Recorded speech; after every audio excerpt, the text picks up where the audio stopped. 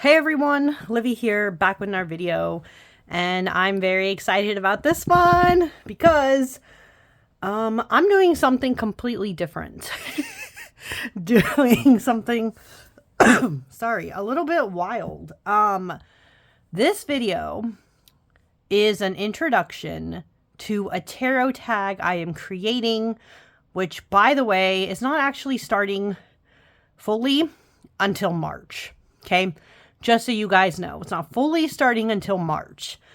But I'm introducing it now because I want to give people time to formulate what they're going to do if they want to participate. So, the tag in question that I am creating is called Tarot March Madness. Yes, okay. Let me explain that for people who don't live, I would say don't live in the US, don't know what that could possibly mean, right?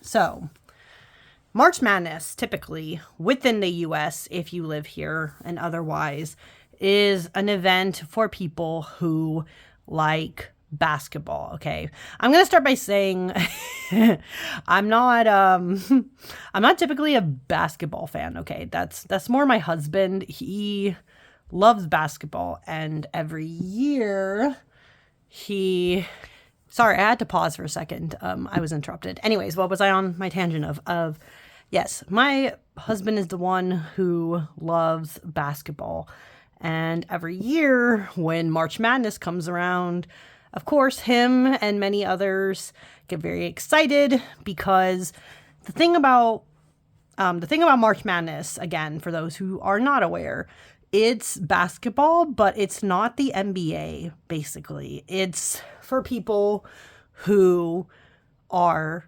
college players, okay? So they're not professional, they are in college, and they are basically, competing against other schools, trying to prove who is the best. But the thing about it in the US too is it's widely televised, and it's also something where, again, a lot of people gamble because they have like brackets, and they're trying to, see if their team, whatever team they think it is going to win the whole tournament of March Madness. Okay, so that's basically the idea. Now, again, like I said, I'm not really a fan of basketball, but every year it's come around. Again, my husband gets really into it, and I always think, wow, wouldn't this be so much more interesting if it had tarot? So basically, this is going to be Tarot March Madness. Okay, so instead of basketball teams that are like college basketball players and all that jazz who want to eventually make it professional, these are your tarot or oracle decks or mashup of both, whatever you want to do for the stag, competing against each other to see which deck is the best out of the selection. Yeah, this is gonna be a little wild. So let me show you. I have a little typed up thing here. Let me fix this just so I can make sure my thoughts are explained and you guys can like actually see them and all that jazz. Okay, so Tarot March Madness, as you can see, right? There's a couple different ways you can do this depending on how big your collection is or how much mental bandwidth you have or think you will have to do this tag, okay? Tarot March Madness. Now, I will be doing 16 decks, but as you can see here, you could also do 8 or only 4, right, to do a smaller collection, depending on, again, your mental bandwidth, how many decks you have, etc., etc. Now, the criteria for this to overlap with the idea of March Madness is that first and foremost, your deck must be an underdog.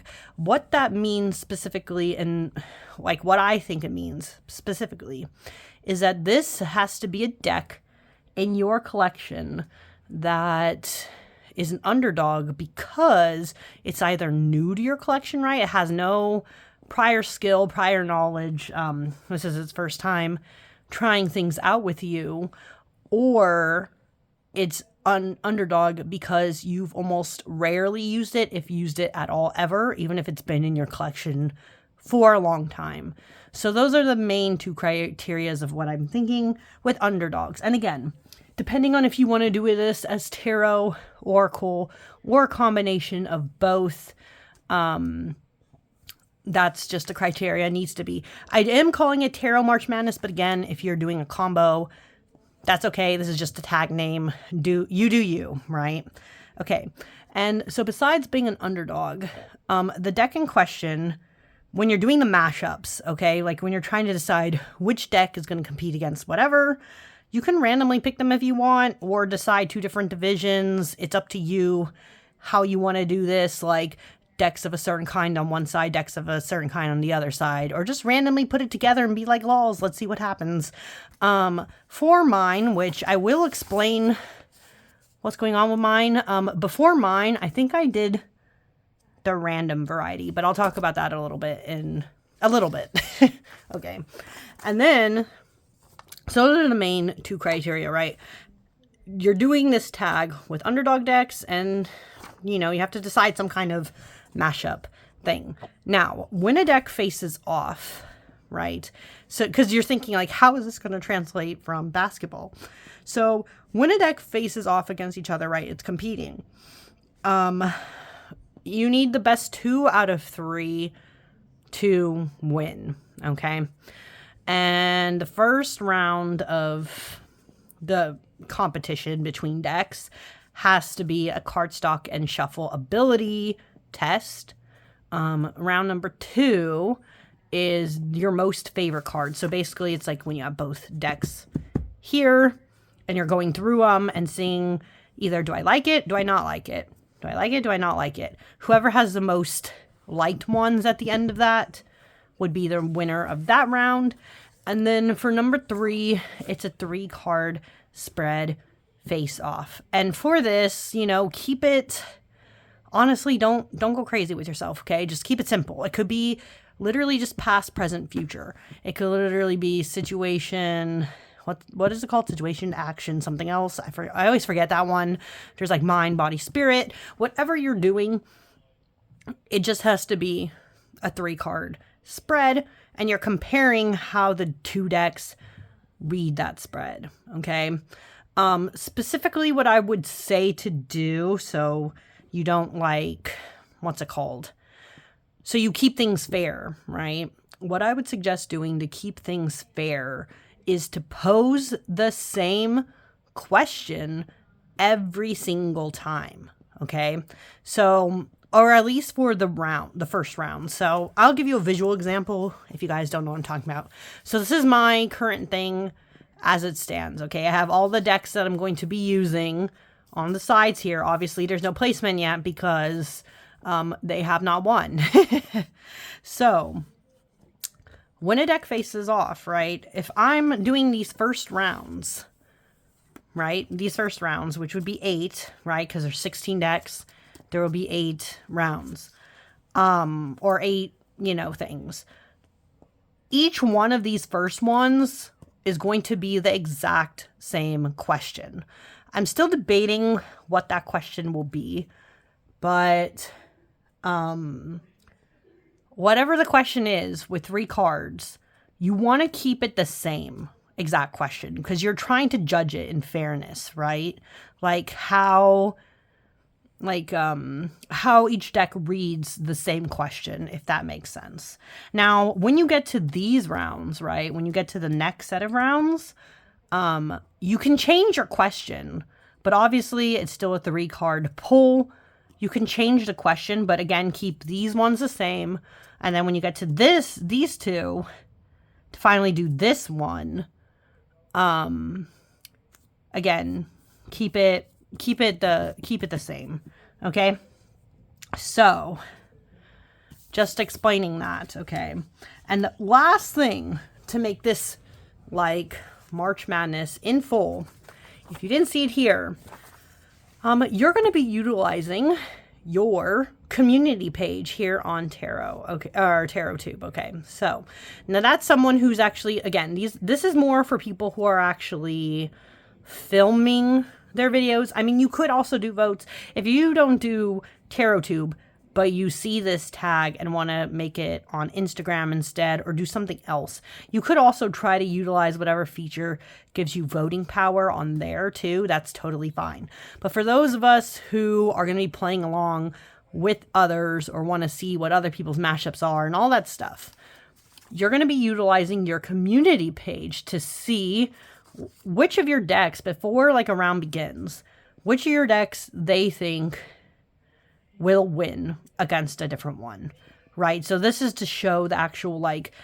gambling kind of idea that you see happen a lot in March Madness, okay? So I hope all those rules were clear. If I wasn't, feel free to comment down below and tell me what you think. Now that we're into this, I'm going to show you guys what I'm specifically doing. So this bracket format thing, I don't know why I cut off. I'm going to try to link it down below, but I basically found a bracket thing where you can put in, you could either print it out or do it digitally, and you could input what you want for your brackets. Okay. I printed mine out just because I'm visual. I like to have it in front of me. I don't want to have to be messing with 5 million different programs. Okay. The decks that I'm specifically using that I consider underdogs are, to be honest, mostly new decks. I got a lot of decks last year in 2024, and I have not, as you can see from this giant list, worked with most of these, if at all. So I'm filming this just again to give people time. I'm filming this very kind of like later part of February, right? So as of February, I can tell you only 1, 2, 3, maybe 3 or 4 of these decks have actually had maybe one reading, but that's like about it. So this is like, they're really new. They're underdogs. I really don't have a sense of who they are. But so you guys can see what the initial mashups are. I am going to go into them. So on this side here, I have the Magic Pantry Tarot with the How to Deal Tarot, also known as Circo Tarot. They are going to face off. We have the Botan Tarot with Children of Ostara. I have the Lover's Path Tarot with the Sistine Tarot. Might be unfair there a little because I have used the Sistine a little bit. But I don't know. Who knows? Maybe the Lover's Path will do better. I have no idea. Anyways, Tarot of the Cat People against the Ephemeral Tarot. We have the Exile Tarot versus Tarot of Mystical Moments. Tarot of a Moon Garden. Now, okay, actually I should say, let me give fair warning on this last section.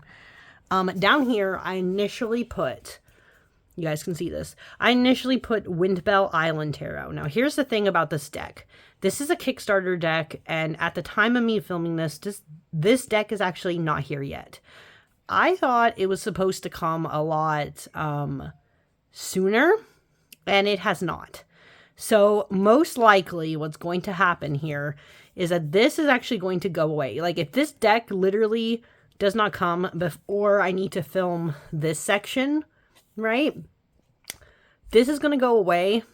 It's going to, and these mashups are going to change a little bit. So basically Tarot of a Moon Garden would then switch to coming down here with the Once Upon a Time Tarot.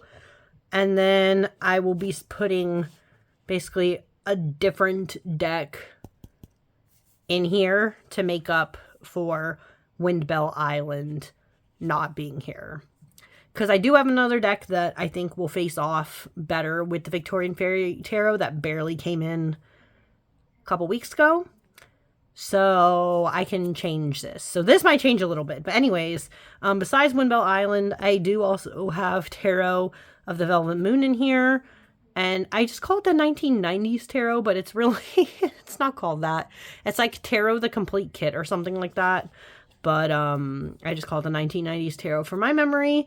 And then, of course, we have the Once Upon a Time Tarot.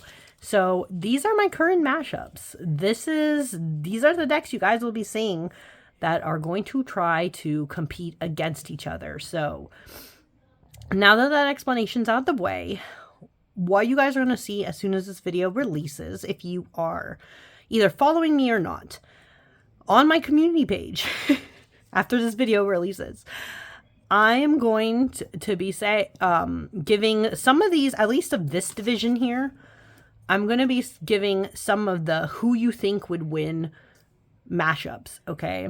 So you guys will be able to vote between like Magic Pantry Tarot, How to Deal, Botan, Children of Ostara, Lover's Path versus Sistine, Tarot of the Cat People versus Ephemeral, okay? I think I'm going to start with this side just for now, just because, again, some of this is a little hoopla. When I figure that out, I will reveal those. But anyways, I will start with these votings. You guys will be able to vote. And again, if you want to participate yourself, please tag me. Please let me know. This is going to be wild. I will tell you in advance, you will have to do a lot of filming for this, of course. The initial mashups here will be 8, right? So you will need 8 different videos in the initial. If you're doing the full thing, I should say. If you're doing the full thing, you need 8 initial videos. Wait, let me count. 1, 2, 3, 4, 5, 6, 7, 8. Yep, 8. Then you will have to do 1, 2, 3, 4 more on top of that. Then 5, 6, 7. Right? Did I do that? 5.